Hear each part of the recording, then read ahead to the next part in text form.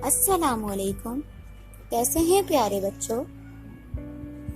امید کرتی ہوں سب بالکل خیریت سے ہوں گے۔ بچوں، آج ہماری اردو قواعد کی کلاس ہے اور اردو قواعد میں بھی ہمارا نکات دوئم شروع ہو چکا ہے۔ تو پچھلی کلاس میں ہم نے نکات دوئم میں سلیبس سمجھا تھا، اور سلیبس میں جو سب سے پہلے ہمیں کام دیا ہوا تھا یعنی لفظ کی تعریف، وہ ہم نے سمجھی تھی۔ آج کی کلاس میں ہم اپنا اگلا کام کرنے جا رہے ہیں، اور اگلا کام ہمارے پاس ہے واحد جمع۔ کیا کام ہے اگلا؟ واحد جمع۔ تو بچوں، واحد جمع کا مطلب کیا ہوتا ہے؟ یہ ہم نکات اول میں بھی سمجھ چکے ہیں کہ نکات اول میں ہم نے سمجھا تھا واحد اور جمع کیا ہوتی ہیں۔ واحد کا مطلب ہوتا ہے ایک، یعنی جب ہم کسی ایک کے بارے میں بات کر رہے ہوں وہ کہلاتا ہے واحد۔ اور جمع کا کیا مطلب ہوتا ہے؟ جو ایک سے زیادہ ہوں وہ کہلاتی ہے جمع۔ واحد مطلب ایک اور جمع مطلب ایک سے زیادہ۔ تو چلیں ہم چلتے ہیں واحد اور جمع پر۔ تو یہ ہے ہمارے پاس واحد جمع۔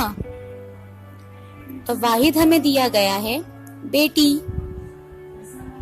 اور اس کی جمع کیا ہوتی ہے؟ بیٹیاں۔ بیٹی کی جمع ہے بیٹیاں۔ نمبر 2 ہمارے پاس واحد ہے کپڑا، یعنی ایک اگر ہمارے پاس کپڑا ہوگا تو اسے ہم کہیں گے کپڑا، اور اس کی جمع کیا ہوگی؟ کپڑے۔ اس کے بعد ہمارے پاس نمبر 3 واحد ہمیں دی گئی ہے بچہ۔ نمبر 3 واحد کیا ہے؟ بچہ، اور اس کی جمع ہے بچے۔ پھر ہمیں اگلا واحد دیا گیا ہے عورت۔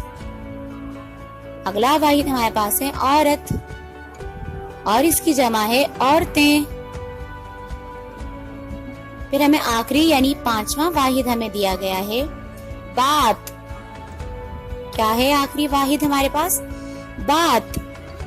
بات کی جمع ہے باتیں۔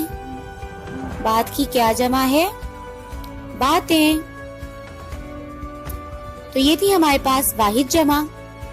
تو امید کرتی ہوں بچوں آپ کو واحد جمع بہت اچھے سے سمجھ آ چکی ہوں گی۔